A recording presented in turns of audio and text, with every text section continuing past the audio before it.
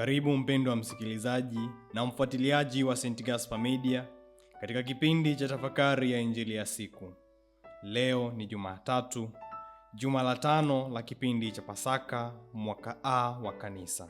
Masomo ya leo, somo la kwanza linatoka katika kitabu cha Matendo ya Mitume, sura ya 14, aya ya 5 hadi ya 18, na Injili takatifu kama ilivyoandikwa na Yohane, sura ya 14, aya ya 21 hadi aya ya 26. Karibuni tusikilize Injili. Yesu aliwaambia wanafunzi wake, yeye aliye na amri zangu na kuzishika, yeye ndiye anipendaye, naye anipendaye atapendwa na Baba yangu, nami nitampenda na kujidhihirisha kwake. Yuda siye Iskariote akamwambia, Bwana, imekuwaje ya kwamba wataka kujidhihirisha kwetu wala si kwa ulimwengu? Yesu akajibu akamwambia, mtu akinipenda atalishika neno langu, na Baba yangu atampenda, nasi tutakuja kwake na kufanya makao kwake. Mtu asiyenipenda, yeye hayashiki maneno yangu, nalo neno mnalolisikia si langu, ila ni la Baba aliyenipeleka. Hivyo ndivyo nilivyowaambia wakati nilipokuwa nikikaa kwenu. Lakini huyo msaidizi, huyo Roho Mtakatifu, ambaye Baba atampeleka kwa jina langu, atawafundisha yote na kuwakumbusha yote niliyowaambia. Neno la Bwana. Sifa kwako, Kristo. Ndugu wapendwa, karibu tutafakari sehemu ya maandiko matakatifu tuliyotoka kuyasikiliza hivi punde. Ninawaalika tuweze kutafakari ujumbe unaosema upendo wa kweli kwa Mungu huonekana katika kushika amri zake. Sehemu hii ya Injili ya leo imechukuliwa kutoka katika hotuba ambayo Yesu alikuwa akila mlo wa mwisho pamoja na wanafunzi wake. Katika jamii ya Wayahudi inafahamika kwamba Masiha atakapokuja atafunuliwa kwa ulimwengu wote kama mfalme na Mwokozi. Kwa hiyo, Yuda anapouliza kwa nini Yesu anajifunua kwa wanafunzi wake tu, anaungana na mtazamo huu wa Wayahudi wengine juu ya kutambulishwa kwa Masihi. Lakini Yesu tumemsikia hajibu swali la Yuda moja kwa moja.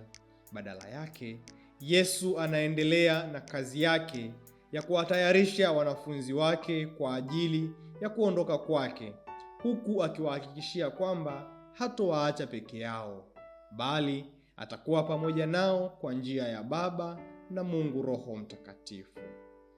Pili, Yesu anataka kutuonyesha kwamba ufunuo wake si wa maonyesho ya nje tu, bali ufunuo wake ni uhusiano wa ndani wa mtu na Mwenyezi Mungu.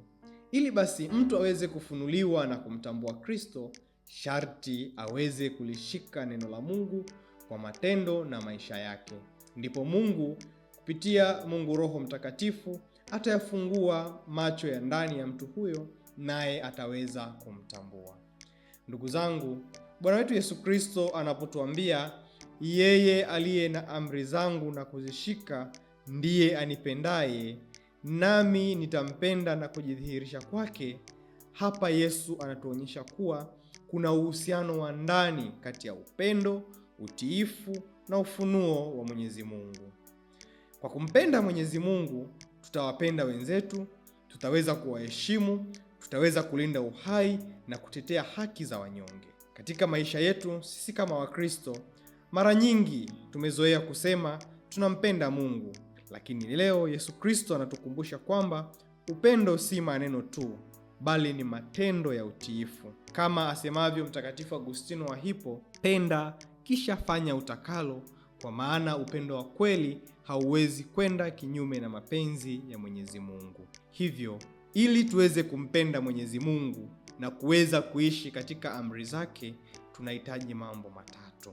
Kwanza, kusoma na kusikiliza neno la Mwenyezi Mungu na kuliruhusu lituongoze, kama mzaburi anavyotuambia kwamba neno lako ni taa ya miguu yangu. Rejea Zaburi ya 119 aya ya 105. Pili, kulishika neno hilo katika maisha yetu kila siku. Na tatu, tuweze kumruhusu Roho Mtakatifu atuongoze katika kumjua na kumfahamu Mwenyezi Mungu. Ndugu zangu wapendwa, kulikuwa na kijana mmoja aliyeitwa Paulo. Paulo alipenda sana kumwambia mama yake kila siku, "Mama, mimi nakupenda sana." Lakini hakuwahi kumsaidia mama yake kazi za nyumbani, lakini hakuwahi kusikiliza maelekezo aliyokuwa anapewa na mama yake. Kwa kifupi, Paulo alikuwa ni mjeuri sana. Siku moja mama yake alimwambia, "Mwanangu, upendo huu unaonipa na ufurahia sana, lakini huu upendo wako ungekuwa halisi zaidi na wa kweli ni kama pale ungeuonyesha kwa matendo." Basi Paulo aliumia sana kutokana na maneno ya mama yake, na akatambua kwamba upendo wa kweli unahitaji juhudi za matendo. Basi toka siku hiyo Paulo alijisemea moyoni mwake, "Sitomkwaza tena mama yangu." Hivyo basi akaanza kumsaidia kazi za nyumbani, akaanza kumsikiliza na kumtii mama yake na kuwa mwaminifu kwake. Mama Paulo alifurahi sana kutokana na mabadiliko ya mtoto wake, na hivyo uhusiano wa kwake na wa mwanaye ukawa mkubwa na wa kina zaidi.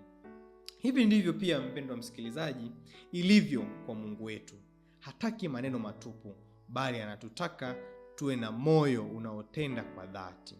Mpendwa msikilizaji, Yesu leo anatualika kwanza tumpende kwa vitendo, kwa kushika amri zake, kwa kusikiliza na kutenda neno la Mungu, unyenyekevu na kujitoa na kuishi maisha ya masakramenti. Lakini pili, Mungu leo anatualika kuweza kumruhusu Roho Mtakatifu akae ndani yetu na kutuongoza, kama ilivyoandikwa katika waraka wa kwanza wa Yohane kwa watu wote, ile sura ya 5 aya ya 3, "Kwa maana huku ndiko kumpenda Mungu, kwamba tuzishike amri zake." Ndugu zangu, tupo katika mwezi Mei, mwezi wa 5, mwezi ambao Mama Kanisa ametuwekea mama yetu, Mama Bikira Maria, tuweze kumtafakari kwa kina. Basi tunaalikwa tuweze kumwomba yeye aliye mama bora kwetu atujalie kuwa na upendo wa kweli kwa Mwenyezi Mungu na kutenda yale ambayo Mwenyezi Mungu anayataka kutoka kwetu. Padre Vedasto Ngoi katika kitabu chake cha Kwa nini tunakupenda Mama Maria aliandika sababu mbalimbali kwa nini tuweze kumpenda huyu mama. Miongoni mwa sababu hizo naweza kuwashirikisha sababu chache. Kwanza aliandika, Mama Maria pamoja na watakatifu wengine wanatuombea kwa Mungu na kutupatia tumaini la kufika mbinguni. Hivyo nasi tunapaswa kumpenda huyu Mama Maria. Pili aliandika, kwa kumpenda Maria tunapata zawadi ya kuwa na Roho Mtakatifu ambaye ni bibi harusi wake mpendwa. Kwa kuwa anampenda Maria, basi tutapendwa vivyo hivyo na huyo Roho kama anavyompenda Bikira Maria. Hivyo kwa kumpenda Maria, Mungu Roho Mtakatifu atatupenda sisi pia. Na tatu, kwa kupitia mama huyu ambaye tunalazimika sisi kumpenda, tunafunguliwa mlango uliofungwa na Eva wa Agano la Kale na kustahilishwa kuingia katika utukufu wa Mwenyezi Mungu. Hivyo basi, ili kuweza kuishi vyema mwezi huu na kujichotea neema, tunaalikwa kuweza kusali rozari takatifu kila siku, kusoma maandiko matakatifu na maandiko mbalimbali ya kumuhusu Mama Maria, kusikiliza nyimbo za kumsifu na kumtafakari huyu mama, ili basi tuweze kukuza roho ya kumpenda huyu mama ndani mwetu.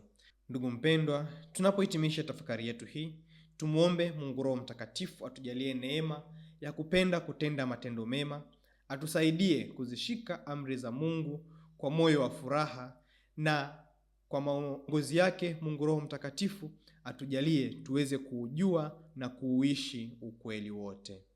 Ninakushukuru kwa kutafakari pamoja nami injili ya siku hii ya leo. Niliyekuletea tafakari hii ni mimi Frateri Anthony Eponda wa shirika la wamisionari wa damu takatifu ya Yesu kutoka seminari kuu ya Mtakatifu Gaspari del Bufalo, Kola, Morogoro. Itukuzwe damu ya Kristo. Milele amina.